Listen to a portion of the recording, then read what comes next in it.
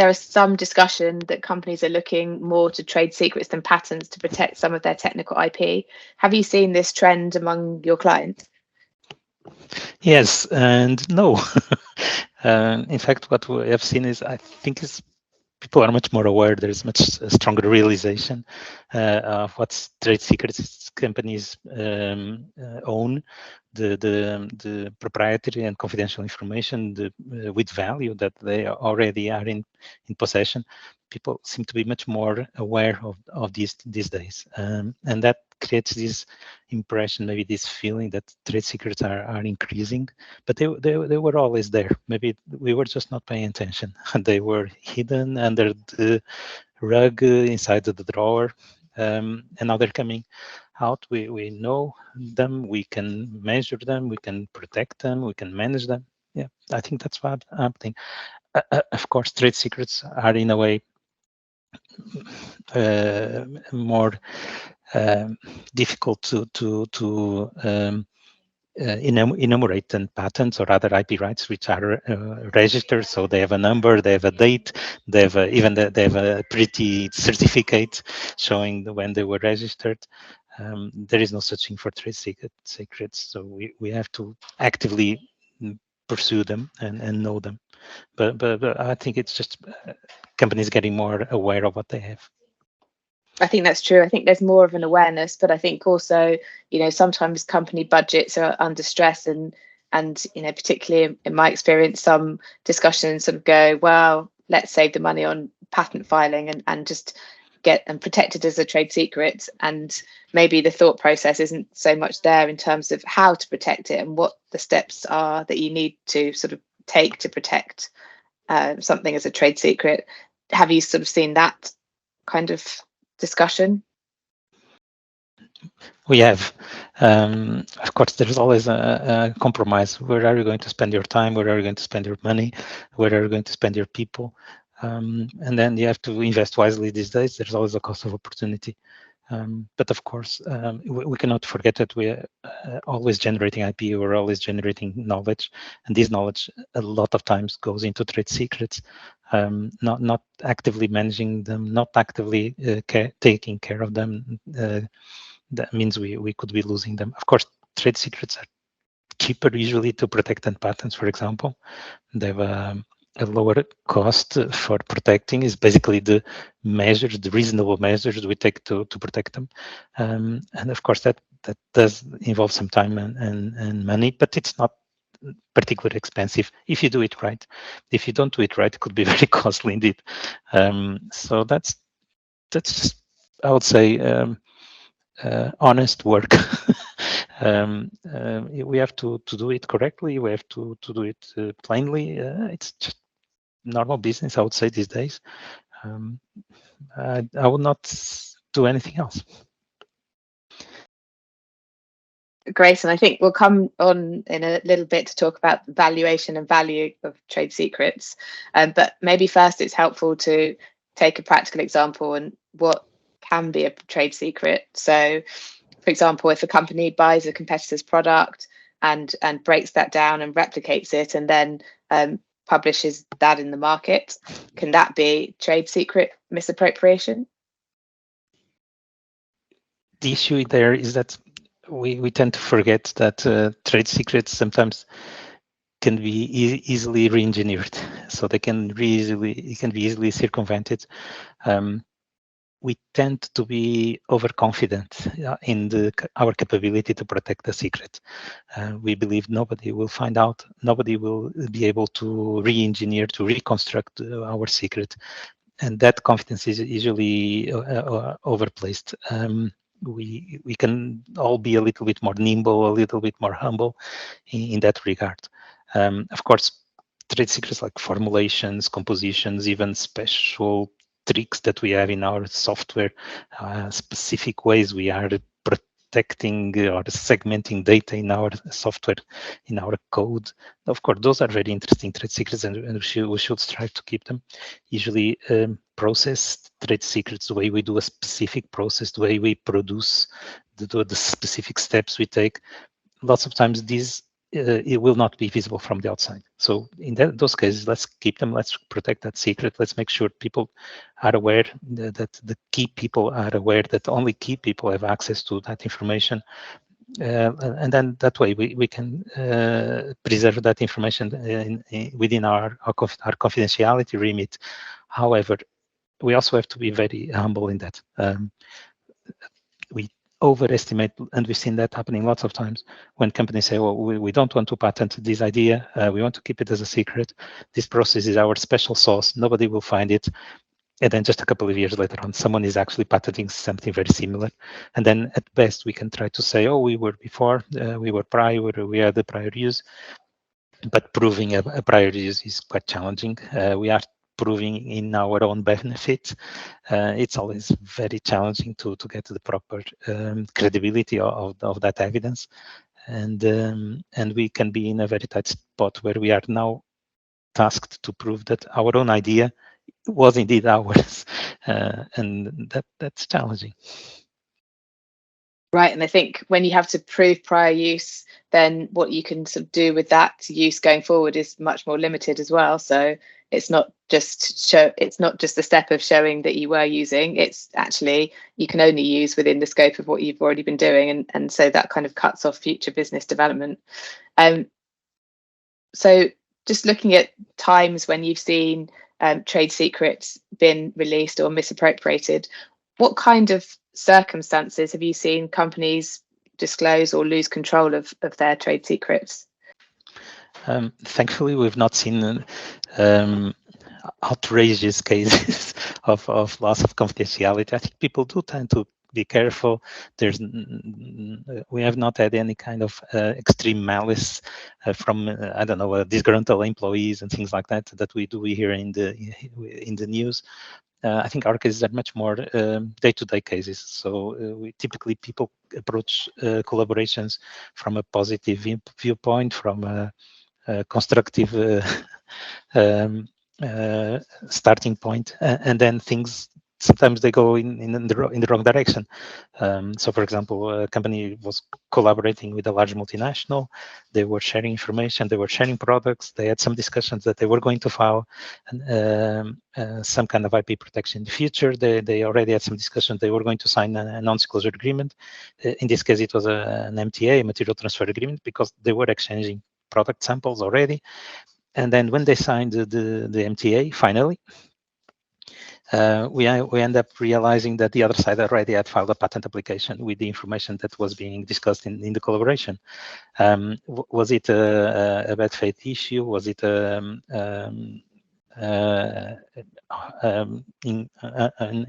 mistake? We're not sure, but probably more the first than the second. It happens. So I'm thinking of another case where we were collaborating with a car manufacturer. So these are usually large companies. They are very sophisticated. And the same thing happened. We were discussing PhD thesis, and there was plenty of confidential information in that discussion.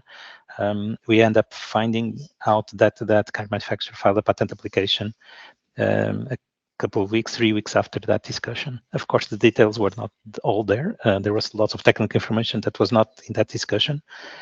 But curiously, of course, the inventor that appears in that patent application was not in the discussion with us. So it's almost impossible to prove the chain of the confidential information until it reached the patent application by the other party.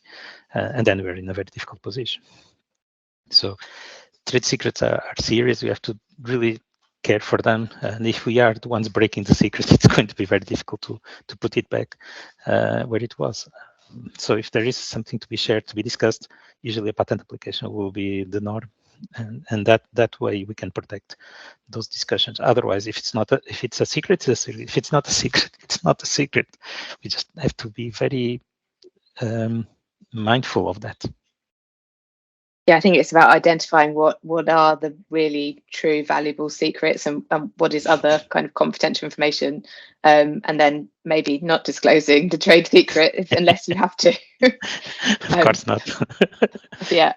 I think, in the manufacturer example, that's quite a difficult position, because even if you know that there has been some sort of dealing that shouldn't have happened or misappropriation, trying to prove that, particularly if the inventor on the application isn't one of the people who was part of the discussion, is quite difficult. And when I look at cases from a funding point of view, it's hard to sort of piece together actually, where things have gone wrong, and if we need to look at sort of starting an action and then looking at some sort of disclosure, for example, where that's possible, then that's quite a leap of faith to invest in a litigation when you don't actually really know how that's going to end up. So I think, good internal processes are key. So just looking at sort of internal process, and in Portugal, do companies have any protection if they disclose confidential information without an NDA in place? Not much, really. Of course, there are some tools like unfair competition and anti-competitive practices. There is some law in that respect, and of course, there is the general principle in civil law countries, and a little bit unlike common law countries, where good faith is assumed in all business acts. Still, these are makeshift protections. There's nothing like the protecting a trade secret the way it should be. We even have a directive, and it's been fairly well implemented in Portugal and other European countries, other EU countries. So if we have that directive on our side, at least it's not so bad. But if we are not following it, and if we are sharing information in a non-confidential way, I think it will be even under unfair competition on anti-competitive practices, very difficult to prove that we were working in a good faith way when the other party was acting in bad faith, when certainly on the look of it, we were the ones breaking the confidentiality. We were the ones not treating subject matter with the due confidentiality that it deserved. It's going to be very difficult for any reasonable decision maker, any reasonable judge to come after this and say, "Oh no, of course you were the ones in bad faith. You were the ones in good faith, and the other party was in bad faith." It's going to be really tricky, challenging to do that. So. If there is a protection in the law, but we have to use it. There's not much room for not much room there. If we want to be diligent, it's the only way. That's otherwise it's almost impossible to obtain any protection if we are going against what the law specifies. But I think there are ways to do it. It's not so difficult. We have to, if we treat our information as confidential, if we sign the proper documents, at least we'll have that legal protection on our side. Of course, a confidentiality agreement is not everything. We have to know the other party. We have to develop a relationship where we share information, perhaps gradually, and we get in response showings of trust, and then we develop a relationship step by step, and then we share more gradually until we reach a level where we are both confident of each other. It's like almost like a marriage. And this is what really happens in a fruitful business relationship. This goes beyond confidentiality agreements and NDAs, MTAs, CDAs. Those are just tools, and most of the times we used these tools, an entrepreneur, an innovator, basically to show due diligence, to show that, look, I even asked them to sign these documents. Look, they even sign all this paperwork, but that does not guarantee that the information will not flow. We know that, for example, even more important, I would say, the most interesting parties like VCs, they will not sign any disclosure agreement. They don't sign anything. They will just, if they're kind to us, they will just say, look, you protect yourself, you protect your IP the best way you can do it. If you have to file a patent application, just do it, of course, before you talk to us. But with us, we're not going to sign anything. Just present your idea, present your project.